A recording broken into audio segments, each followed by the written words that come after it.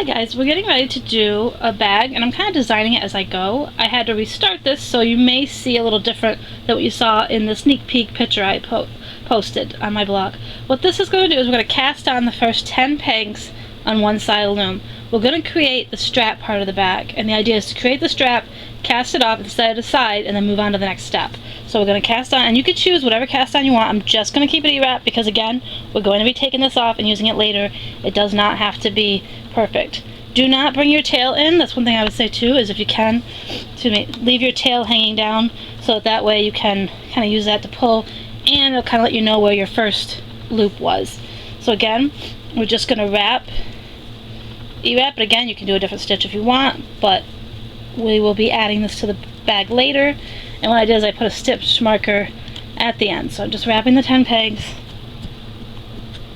This is our cast on row. We're not counting it as a row of the project yet. We're just counting this as our cast on row. I know some patterns usually count this as the first row, but I'm not in this pattern. Okay, and then just simply knit over. You can start with your one that you last wrapped because that way it locks it in place. And again, if you've got your string, you can give it a little tug. And just go ahead and knit over. What we're going to do now is we're going to work the garter stitch for 80 rows. This is to be our strap again, so we need to make sure that it will go over the shoulder pretty well. Just a side strap. It's not going to cross the body unless you're, we'll say, skinny enough that it would if you put it over. It's meant to just be like a normal handbag on one shoulder. So this is our cast on row. Now what you're going to need to do, push these down for now, is you're going to have a row counter of some sort. I have this one that I think I got on Amazon a while back, and I like it because you just push this down and it clicks. So what I'm going to do now is I got to do the garter stitch, but I'm going to restart. Even though this is a knit row, I'm going to do another row of knit, click it, and then do a row of purl, click my tool, and I'm going to do that back and forth, knit a row, purl a row for 80 rows, and then we'll come back and we'll cast it off. So go ahead. I mean, if you remember right, knitting, we're just going to E-wrap. You can choose to do a different knit if you want. Just to remind you, the E-wrap is this. And again, if you lock in the last one in place, like that, then you can easily go back and just knit them over. Okay, and I'm sorry if you hear any background noise. I have my windows open because it's like 80 degrees in here. I don't know why that one's fighting me so much to get over. Okay. And you may hear my neighbors outside. I'm hoping that my voice will kind of block them out. But it was too hot to keep the windows shut. So, here we go. And now remember purl. If you don't know how to do purl, I'll quickly show you that for the row going back. But again, finish your row, mark it down somehow. Now with purling, you don't need to push these down. Bring it back in front. Okay, and put it underneath your loop. Go through the loop. And then turn it to bring it up to create a loop. And put it back on. Give it a small tug. So you're going through the loop that's on the peg, and you're just flipping it to make a loop. Okay, and then continue this process till you get to the end. And again, work this back and forth. Finish your purl row, click it, do a knit row, click it, do this back and forth until you get 80 rows done, and then we'll come back and we'll show you how to take it off the loom. Okay guys, I ended up doing 101 rows for my strap instead of the 80 that I mentioned. Again, like I said, I'm designing as I go, so you may notice that I'll have some different notes throughout the video if I changed up what I did. And the reason I did a little more is I wanted it to, make sure the strap was as long as I had wanted it, but I also wanted to mention that when you do a strap on a loom, keep in mind obviously the stretch in it, just as if you were making a scarf, there's a stretch in it. So when you are making a bag, the end result is an item to put items in the bag, which are going to weight down the bag. So that's why I tend to do my strap a little shorter than I originally want, because I know that the stretching is going to happen depending on the stitch, the amount of stretch you have, and eventually your yarn is going to stretch over time.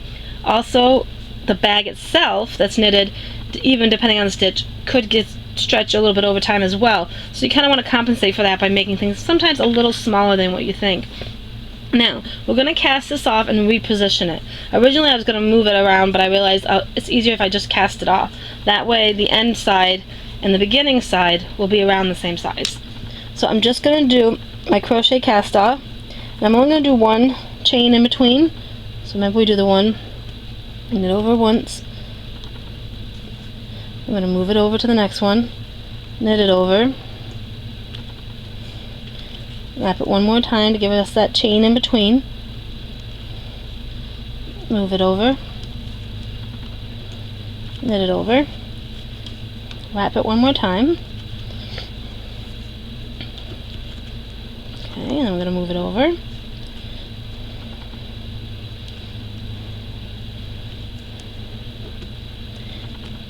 I'm going to continue the process till we get to the end here.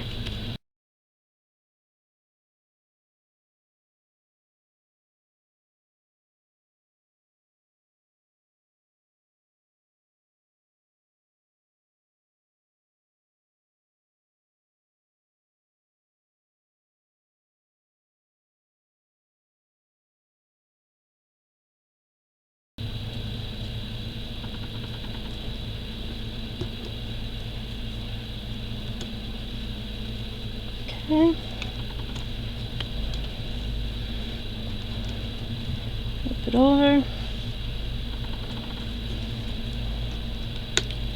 Okay. Now we're getting ready to get down to the last peg. Now before I knit this over, I want to grab my scissors because I forgot to get them out.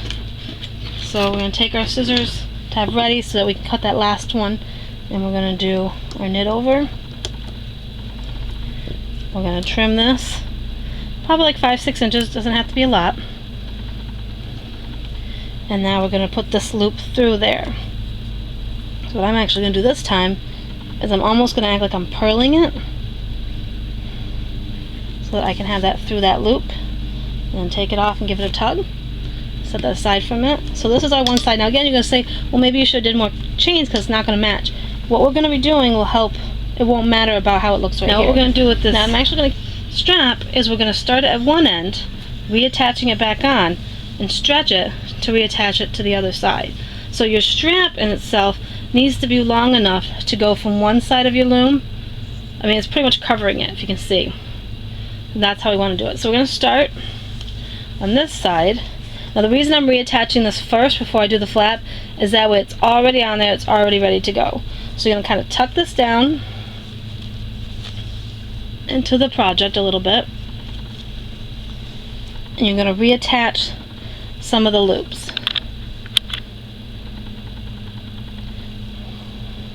Now again, you could start over here and do 10 pegs, but I wanted to make it easier and only work one side, and then just stick your loops back on. Now what I'm doing, if you can see how we have our loops, you want to make sure that you probably get 2 strands, and you want to find kind of the middle of what we're doing here and place them back on. Notice I've got 2 loops kind of on there, and then you're going to go around and you're going to place them. Now I do not want this to take over the whole side of the loom, so what I'm doing is I'm just making sure it doesn't go past the 2 pegs on the end. Now over here we have to make sure it's not going to go past the 2 pegs on the side. So we want it to be smaller, and I'm tucking this down so you can see better. We want it just to be on these 5 pegs. If you can see that okay. Alright, and now we're going to do the same thing on the other side. Again, leave your straggler. We can fix that later. Making sure when you go to the other side, let me just turn this here for a minute, because we folded it in half here, keep it tucked like that so that you can make sure that you're putting it on the same way on the other side. So I'm just kind of tucking it as I go by so that I can make sure that the right side is going down. And then I'm going to do the same process. I'm going to find my middle, not worry about the straggler right now, and place it back on. And then work the same, making sure no more than 2 pegs on each side. Get pegs back, or get loops back, sorry.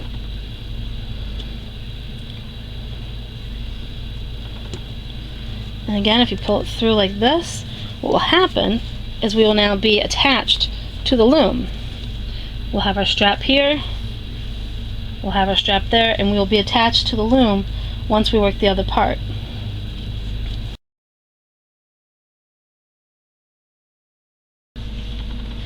Now we're going to work the buttonhole and flap. The first thing I'm going to do is get to the center of the loom. It may be a little off, but what I usually do is I put my fingers on the outer one, these outer ones, and you're going to work your way in until you get to the one that's closest to the middle. It doesn't have to be totally perfect. You want it to be as just about in the middle of the loom as you can. And again, you may have one extra peg on one side or the other. That's going to be okay. We just want it to be as center as we can. And I marked kind of where I consider to be roughly the middle of the loom. Now what we're going to do here is we're going to get our yarn, and what we want to do is work the buttonhole. And what I'm going to do is I'm going to work one peg that I'm going to stretch over to this one to be our buttonhole. And that's why I have the space here, because that space and not doing anything on this one is going to create that opening we need for our buttonhole. So you just do your slip knot, and you place it on the one beside your stitch marker. And then we're just going to work that one peg. We're going to leave our straggler. We'll worry about our straggler later. And now all I'm going to do is keep rewrapping this one peg. Just a simple E-wrap knit. And we're going to do it for 10. So 1, 2, 3, 4, 5, 6,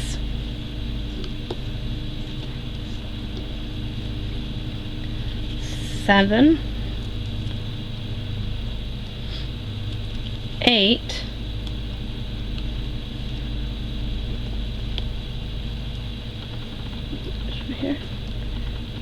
8,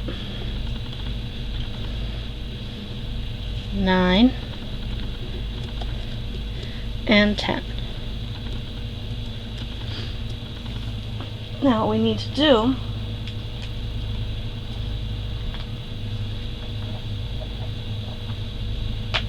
okay, so now we have our 10, and we're going to pull this up so you can see the ending. It's kind of like that pig's curlicue tail thing we did before. And then we have this, and we're going to bring this over to this peg here. So we're going behind the one with the stitch marker and over to this one. You can see that here. Let me zoom in a little bit for you. Okay, we're taking our tail and we're stretching it over behind the one with the stitch marker and placing the first loop back on. And what that's going to do is that is actually going to create a little loop. Now what we're going to do is we need to close it off, otherwise it's not a buttonhole. Now we're going to work the flap, and how we're going to do the flap is we're actually going to work it almost working our way out. Similar to like the pendulum effect I've talked about before, we're going to E-wrap, and I just lost my tool. There we go. We're going to E-wrap our way over to here, and then we're going to knit that over. We're going to E-wrap back this way and knit over. It's pretty much casting on those 3 pegs. Now what we want to do excuse me, is every time we work left to right or right to left, we're going to add a peg in that we wrap. So again, we're going to wrap an extra peg. So when we work our way back this way now, we're going to add in the peg. And then knit over where we can. Push down, work our way back this way,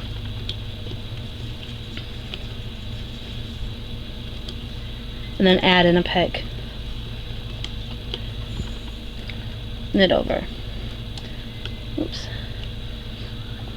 Careful you don't hold the string too tight, because that could pop out your pegs. And again, when you work your way back,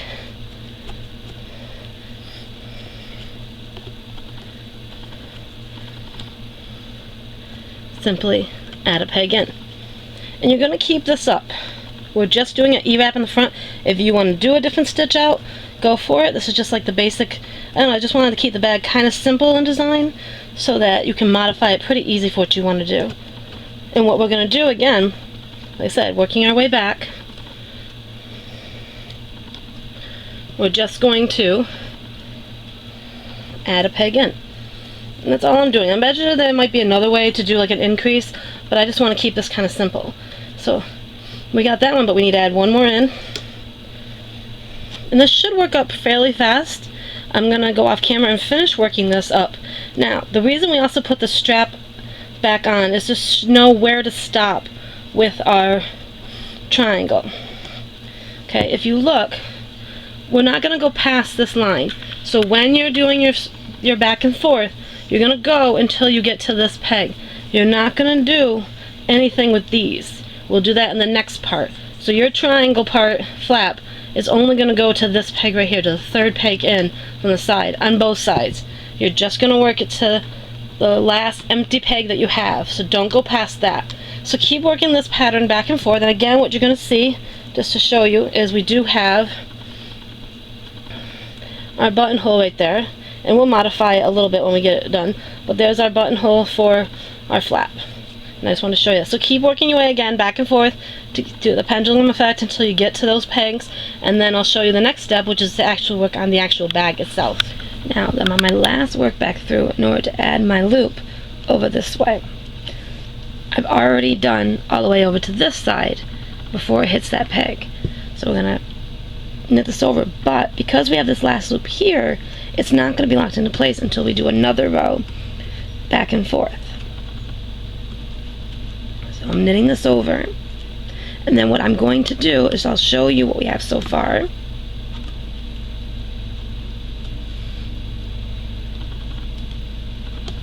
And how we're going to continue this flap a little bit longer before we actually bring it all into the bag.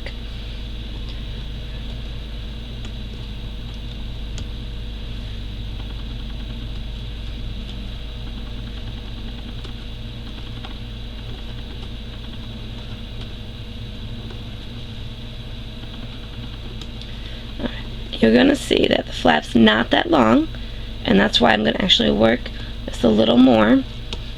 If you see, we got our nice little triangle here. If I can move the strap out of the way. We got a nice little triangle point, and this is our buttonhole. Again, we'll worry about that later.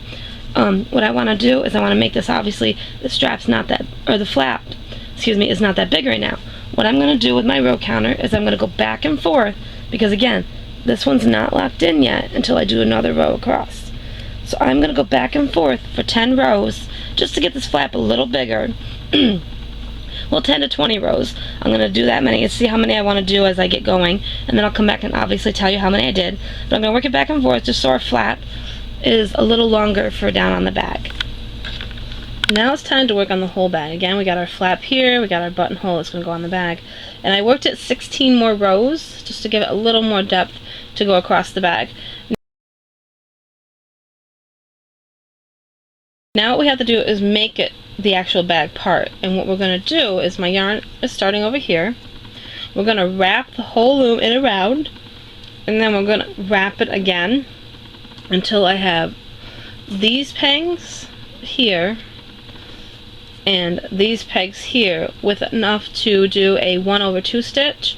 The back ones may not have it right away because of the fact that they're empty now, but we want to wrap this loom so that we end up having 3 loops in the front, which is counting the one that's already on there.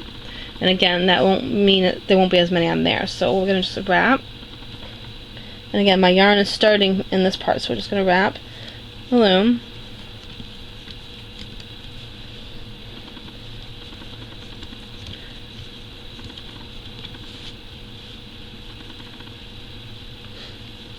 And again, you can change this up if you want. And we're going to do it, like I said, what I call the tight stitch. I have to look up the name of it. And again, when I get to the bottom here, I'm still wrapping, even though technically, you know, there's already one on there, so we're still going to wrap those. Come around.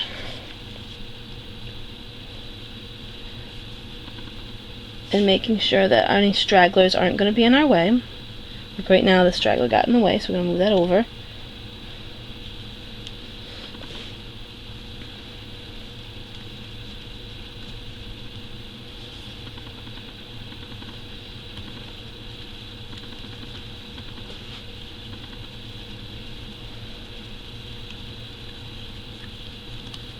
Now when you do this tight stitch, we're going to work it one peg at a time because of the fact that some pegs might not work as well as knitting over as some other ones. So you want to do it one at a time, at least for this first row. And again, we're getting to the point where we're wrapping the end ones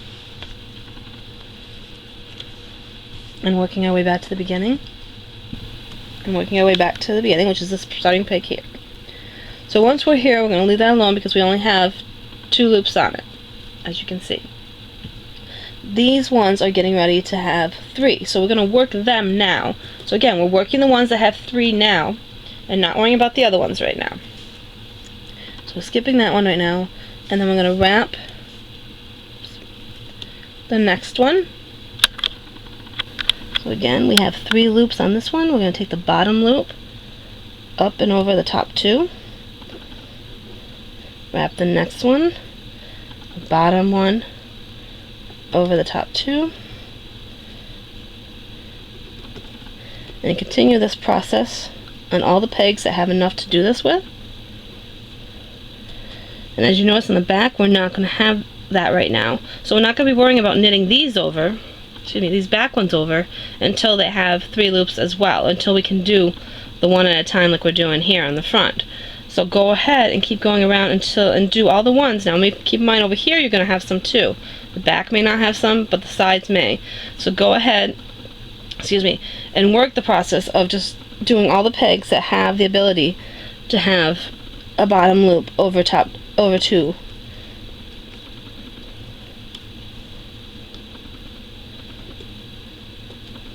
So now I went around and I did all the pegs that I could do a 1/2, and I even did the end ones because again they had the ability to do that. Let me zoom in here so you can see. So the end ones are all done. Now now if you look in the back, because we did that, the back of the bag actually has 2 loops on it now.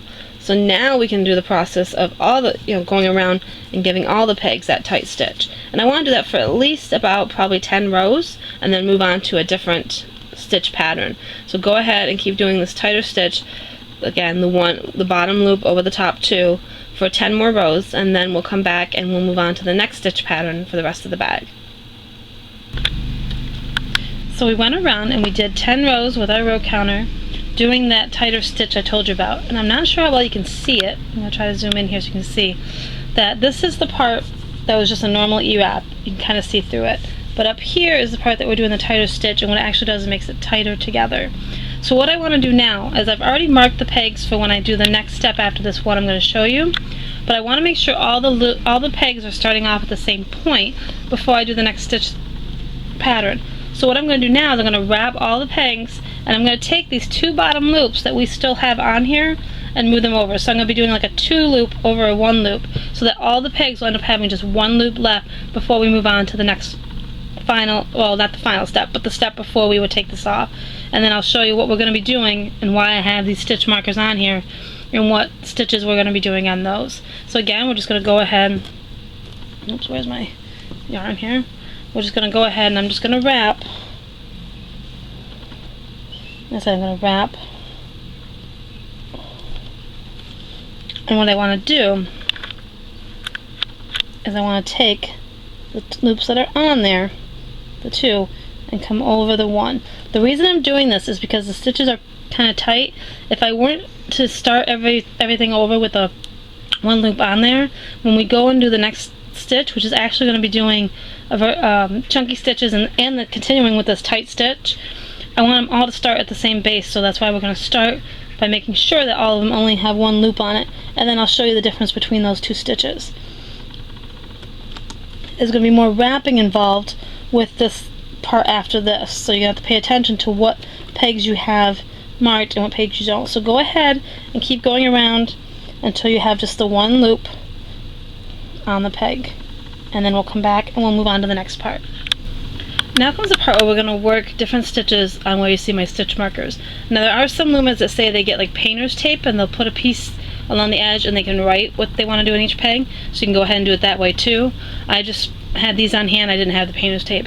The other thing you'll notice is this is how much of the blue yarn I have left. My idea with this bag was I was going to use up the blue yarn until I ran out, and then I was going to add in a second color. I'm not sure what the second color is going to be yet until I get there. So when I come back after doing this next section, you might see a different color on the loom, and that's just because I ran out of blue and wanted to move on. And again, you can choose this bag to be all one color, or you can choose to maybe have it be two different ones and decide where you want to change the color. That's up to you. Now for the part that has the stitch markers, what I want to do is I'm going to zoom in here, where there are not any stitch markers, we're going to do, excuse me, the tight we're going to do the tight stitch. Where there is stitch markers, we're going to do a chunky stitch. What that means is that on the pegs that we want to do the tight stitch on, we're going to have it where we wrap it and we do the 1/2. For the pegs that have the stitch markers on it, we're doing more of a chunky stitch. That means these pegs have to be wrapped a total of 4 times and taking 3/1. So that's just where you really have to pay attention to what you're wrapping and what you're doing on each peg, and make sure you have a clear way to define what you're doing on 2 pegs and what you're doing on the other 2 pegs. So again, the non-stitch pegs are our tight stitch that we did before, the 1/2 stitch. Our pegs with the stitch markers, or any other way that you're deciding how to mark it, are our chunky stitch, which is where we end up taking 3 loops over 1. So that's going to make this a little trickier, and again we're going to use our row counter, and I have it reset, and I'm going to count how many times I keep going around. I'm not sure how long it's going to take me to get to the width or the depth of the bag that I want, but I'll be keeping track, and when I come back obviously you'll know. So I just wanted to remind you that it's going to be a little trickier from now on, because some of the pegs will get wrapped to do the tight stitch and some will get wrapped to do the chunky stitch. And what I'll definitely do is once I get it down a little bit, I'll come back to give you an idea of what it's looking like, but it should give us a little different texture of the bag, different than doing the knit and the purl combinations I do a lot. And it just, like I said, it gives I like this tight stitch right here. It almost makes it like a ribbing, even though it's not. It's just this very tightly woven. So I wanted to kind of keep that. And like I said, so when I wrap it, these are going to be my tight stitch, or excuse me, my chunky stitch, sorry. And these, so I'm leaving them alone. These are going to be my tight stitch, chunky, tight, and so I'm going to wrap it until I get back to my starting point. When I get back to my starting point, this is my chunky. I'm still not going to be able to wrap it yet, but I will be able to do these. I'm hoping this makes sense, because it's going to be hard for me to show you the whole process given how long the loom is, but I just wanted to remind you to pay attention, because when we get it to the point we need, it's a lot of wrapping, and you're going to want to be really careful of how you're wrapping. You don't want it to be too tight, otherwise it's going to be harder to wrap over. So usually if you see, I kind of have my fingers lightly on the yarn and I'm kind of gently wrapping around. You don't want to do it where you're like really tight, because then it's going to make it really hard to bend to do it over. So just gently let it go between your fingers. That's kind of what I do. It's kind of, you see, it's just going, and I'm doing it gentle because I want to make sure that I'm going to be able to wrap, or excuse me, to lift off those loops. Okay, so that's what I'm going to do. I'm going to finish wrapping and I'll meet you back at the beginning to show you the first process. So we are back to the beginning, and remember, the chunky stitches on these and the tight stitches on the ones that don't have it. So when I go like this, I'm going to push this down and I'm going to gently wrap those two, and then when I get to these two, I can do that tight stitch. So we're going to gently wrap them, and then we're going to knit the bottom over the top. So with the chunky stitch, you're going to actually have to wait another round in order to be able to do that stitch. You're only going to be knitting this time around where there is no stitch marker. So again, we push these down. I made a little mistake that I had to go back and do, but we're still wrapping these, like I said, for the chunkiness, but we're only knitting over on the other ones. I forgot to wrap those when I went around. Okay, so now we're just taking the bottom loop over the top for these pegs. Okay, and then we're going to leave these alone, but push them down so we can wrap them. As you can see, then move over to knit those over. So I'm going to go ahead and do that, and I'm going to come and work my way around doing this, and then I'll show you what we do when we have the other stitch that we have to do. Okay, so I worked my way back, and now I have to do the chunky stitch on this, which is going to be taking the bottom 3 loops over the top loop. And again, I'm going to want to work it 1 peg at a time. So if we just let this focus so you can see, our stitch marker is hiding one of the loops down here. We have 1, 2, and excuse me, there should be 3 loops on there. So we got 1, 2, 3 loops, and we got that. So we need to grab the bottom 3. Just watch out for your stitch marker. This way, if I had painter's tape, I would. And then you're going to bring the 3 over the 1. Come over to the next one. And you're going to bring the bottom 3 loops over the 1. Now what's going to be good too is that you already have the ability to do your tight stitch, because again, as you can see, you've got the 2 loops on there. So now you just kind of can push them down so you can wrap them. And again, it's easy to work 1 peg at a time. There's no rush. And again, however tight you wrap, it's going to affect how easy it is to get those loops over. So like I said, these are pretty easy. But also to point out that once we did the chunky stitch over here, we're only left with 1 loop. There's only 1 loop on there until we get it wrapped the amount of times we need to again. So again, it's very important that you try to keep the stitch loose. As you can see, when I'm putting my thing there, I want this to be able to move, because if you have it too tight, you're not going to be able to do the chunky stitch on those. And that's what you're going to do. You're going to work this whole process, keep wrapping, and when you have the ability to have 3 loops go over 1 when you wrap it individually, then go ahead and do that. And on the pegs without stitch markers or painter's tape or whatever you're using, you should be able to continue doing your tight stitch each time you go around. It's these pegs that you're going to have to wait until you have enough loops on it. Hi guys, I did about 7 rows of the idea of doing a chunky and a tight stitch. When I decided I wanted to actually switch stitches again, I decided what I actually want to use this bag for, which you'll see at the beginning of the video, because again, I'm kind of designing as I go, so you saw at the beginning what the purpose of this bag is going to be. So I decided to change it out. When we did the chunky, it's a little hard to see now, but it will make a little chunkier stitch on the ones that have stitch markers, and it will make a tighter stitch on the ones that don't. But what I decided to do now is I want to do the figure 8 stitch in a round for the rest of the bag until it's time to cast off. So what I'm going to do now, because I want to make sure I only have 1 loop on each of them, and right now the ones that had the tighter stitch, if you can tell, actually have two loops on them. So what I'm going to do is I'm keeping this part on there so that I know, well, actually I'm going to take all the stitch markers off as I work my way around as well. And I'm just going to wrap the pegs, make sure that I'm on the right one, and I'm going to knit it over and make sure that I only have 1 loop. So I'm doing 1 row of just going around and making sure that I only have 1 loop left on each peg. And again, I can take off my stitch markers as I work my way around, because the next stitch doesn't require it. Now when we get to one with a tight stitch, as you notice, we have 2 stitches already on it. So that's why we need to go around and make sure that we do this so we all have 1 loop left on there.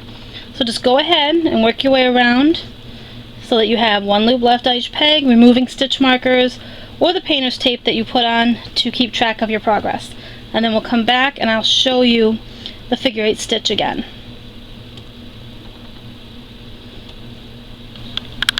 So I went around and I made sure that all the loops, or all the pegs, only have 1 loop. Now what I also had told you before earlier is that I didn't have a lot of blue, so I'm going to switch over to this pink because I think it'll be really cool for when I see the triangle part of my flap against this nice pink color. And again, I'm only using 1 strand of worsted weight. For the figure 8 stitch, if you were using 2 strands of this, it might make it a little more tricky going around this loom, just because the pegs don't stand up that high. But I'm going to actually, like I said, just use 1 strand, and we're going to grab your scissors, and what I want to do is I want to cut it and put it as close as I can to my starting peg. I kept the stitch marker on just to show me what I consider to be my starting point, just so that I remember. But again, we're going to cut this, and we're done with the blue, and now we're just going to simply tie the pink onto it. There may be other methods, but again, this is just a simple bag. And we want to tie it onto it. Oops, it's fighting me now. Okay. Okay, so we're tying it on, and then we're going to do the figure 8 stitch with this color. So you want to tie it as close as you can. If you can, give it a double knot. and we'll worry about the stragglers later. Now remember, to do the figure 8 stitch, we go ahead, let me zoom in here so you can see better. Okay, so we're going to take our yarn, and we're going to come ahead and we're going to rotate back. And then we're going to knit over. I will put a link to working the figure 8 in the round so that you can have that as a starting point if you don't understand this at this time. But again, for the figure 8, we're coming in behind, and we're just doing the doing the figure 8 around, and then knit over. Push it down, so you're going to come behind it, wrap it, and then come back and wrap it. And you're going to work this all the way around. And again, you're going to reset your row counter for this section. Like I said, I had it still set on the 7 that I did, but I want to reset it back to 0. And as I work this, I'll click how many there are. And then hopefully after I do this part, as long as I want the bag to be, I'll let you know, and then we'll go ahead and we'll take it off the loom, and the bag will be complete. So again, you're going to work the figure 8 stitch, and I will let you know when we get ready to cast off how many rows I actually did. And probably after this video is up, give me a couple days and I will have the written pattern up to the best of my ability on my blog. But again, just remember with the figure 8, you're working behind, you're coming in round, and you're basically doing a figure 8. Now it may be tricky when you get to the end ones, but just take your time and just work it around, and it will create a cool effect in the bag. So go ahead and do that, and I'll meet you back here when we're ready for the next part.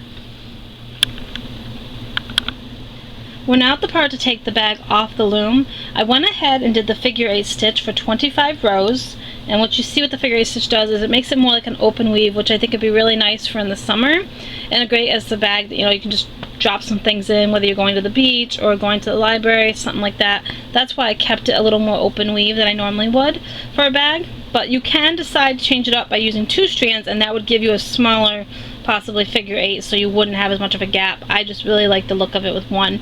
So after I did the 25 rows of the figure 8 stitch, I went around and just did 1 row of the E-wrap knit before I take this off. I wanted to do that just to make sure that each peg again had 1 loop. Even though they did with the figure 8, I wasn't sure how it would come off, so I wanted to make sure I just did a plain old E-wrap row before taking it off. Now what we're going to do is there's 2 ways you could take a bag off. I'm actually going to do this as a gathered bind off because I want the bottom of the bag to be more like a pouch, so more like this kind of shape. If you were to do it differently where you want it straight across like this, then the process we would do is different, and I definitely will be doing a video of a bag done that way. So to do the gathered bind off like we would a hat, we're going to need an extra piece of the yarn, and you're going to need a lot because we're going around all the loom, all the pegs, and I can't show them all in the frame. So you're going to want a really long piece of yarn, and one of the ways you can do it is take your yarn and just kind of lay it around the loom, almost like going in a circle. All I'm doing is wrapping them like that, and I'm going to do it a couple times. This kind of gives you an idea of how much you might need. It's always better to have too much than enough, so I'm just wrapping it like that to get the amount of string that I want, and I'm going to cut it off. Excuse me, and we're going to start back at the beginning. And what I usually do is I cut a tail here when I do my gathered bind off, and this is the tail that we're going to kind of hold with this part that we're going to do. And what we're going to do is you're going to do a gathered bind off. So if you've done a hat before, then you should know how to do this one. I've done it before. All we're going to do excuse me, is bring this string through a loop and all the way through, which means if you have a long piece of string, it's going to be a long pull through. And what you need to do is keep an eye on your string that's still on the loom here and your string here. You don't want to lose either one of them. And then you go to the next one and you do the same thing, bringing your yarn through. Now after you've done a couple of them, what you can do is go back and take the loop off. Once you put the yarn through it, you could take the loop off. That will help with your tension. And again, we're still going to hold on to these 2 strings here. It's going to be hard to hold on as we go around, so the best way to do is to make sure that you're not pulling too tight. You're just gently pulling it through, and then just gently pull it through. And the best thing is to check it and make sure that you haven't lost any of your starter strings. So So go ahead and go around the loom doing this process until you get to the last peg. Gently bringing your yarn through.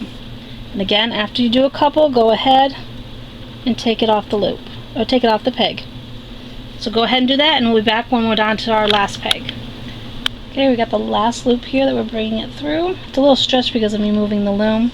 So pull that through, and then you can take it off the loom as gently as you can. And I got caught on another side, so here we go. Okay, then we got our strand here. And if you look, we've got the strand we started with, and we got the strand that we looped all the loops on with right there. So now what we want to do is we want to pull this closed. And you're just going to find your strings, and I'm going to cut this one down a little bit because I don't need it that long anymore.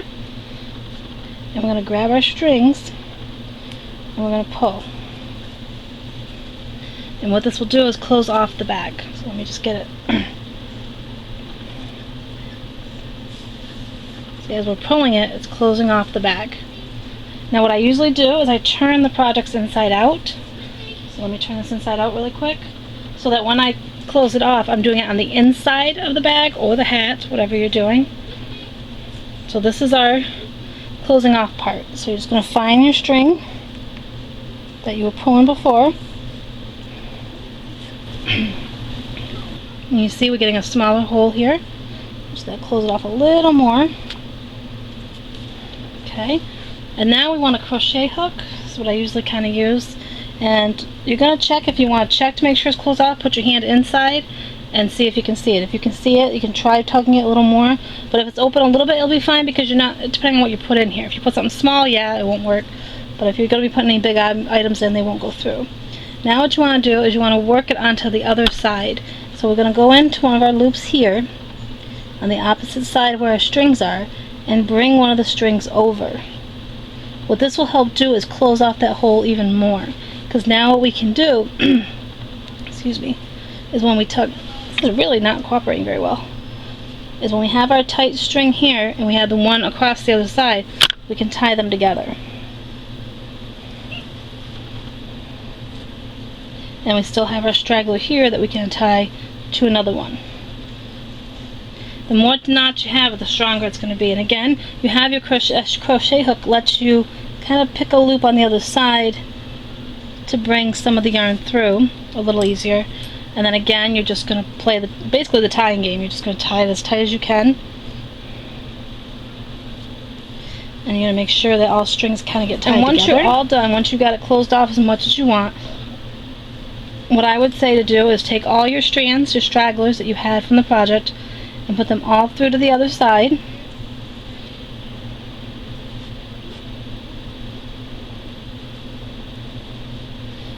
As a loop. Now some of them may not. This one won't because it doesn't have a big loop. But we have a big loop here and we have the other side, so just kind of pull it through. And this creates another kind of knot. And that's what I call it. It's just like a knotting game. You want to knot it as many times as you can, just to make sure this project isn't going anywhere. And then you can just simply trim when you're done. Oops, careful you don't cut the actual bag. I've done that before. And our bag is bound off. And now we're going to turn it the right way. And we have, now the reason this one is a little straggle here is actually because it got caught on my loom when I was taking it off because of the stitch. But now what we have at the bottom is like a little pouch, and I'll take a picture and put it at the end. And what we also have is, this is the front of our bag, and then we have our flap that's going to come down, and the only other thing I have to do is attach a button. Alright, so I'm ready to attach the bag now. What I do is I kind of laid the bag out, and again, what you have to keep in mind too is the bag is going to stretch when objects are in it. So wherever you put the button is going to get affected, you know, by that stretch. So it's good probably maybe even to add more than one button. I got these from Walmart. They were under $2. They didn't have a huge selection. I would have found something cuter. I'm going to use the black ones, I think. And okay, I got the black buttons, or the white buttons, but I think I'm going to use the black.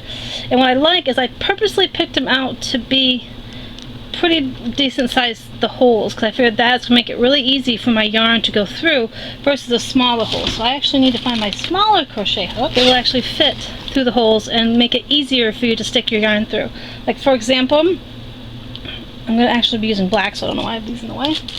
Okay, for the black ones, I can lay my yarn in front, take my small crochet hook, come through a hole, grab the yarn, and work it through the other side. And then I can do it on this side as well. It's however you want to like loop it. Excuse me. Okay, so we can pull that through. Oops. And we don't need a lot of string, so we can actually cut this down. Okay, and now what I want to do is I want to do the same thing I did on the bottom up at the top. And I can use a simple piece of yarn that's left over. Now with this bag, it will have things catch on it, so just be careful what you put in it. But I thought it'd be great for just, you know, a day trip somewhere, or even using it as like a diaper bag too. Oops, that one didn't come through. Well, that didn't work. Let's get another piece here. It's one of those days. Okay. Pull that through. And then we come on this side to get the other one through. Okay. Now what I can do, excuse me, is I can find my spot, and again I'm going to look at this and say, okay, this is about the middle, I want it to be probably about here. And you're going to mark that, and then what you're going to do is use these, and you're going to tie it to your bag. Probably where it's flat. And then making sure you're not getting all the bag, but you can kind of pull your string through. And I'm going to do this a little differently than I think. Then I'm going to come on this side and grab these two. Pull them through. Okay. Now instead of tying it inside the bag, what I wanted to do is stick it out a little more. So what I'm actually going to do, let me zoom in here, is I'm going to actually tie it on the outside.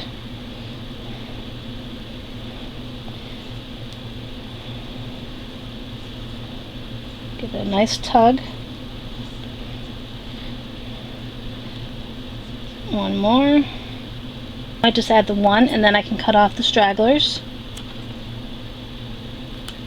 But if you wanted, you could also tie it on the inside. I was actually thinking what I could do is make a little fringe and put the fringe around that, but again, now it would come down and our buttonhole will go in, and now we have a cute button. Now with these kind of stragglers, you can kind of lock them into place. So go around now and check your bag for any stragglers that you need to take care of, weaving them back into the project.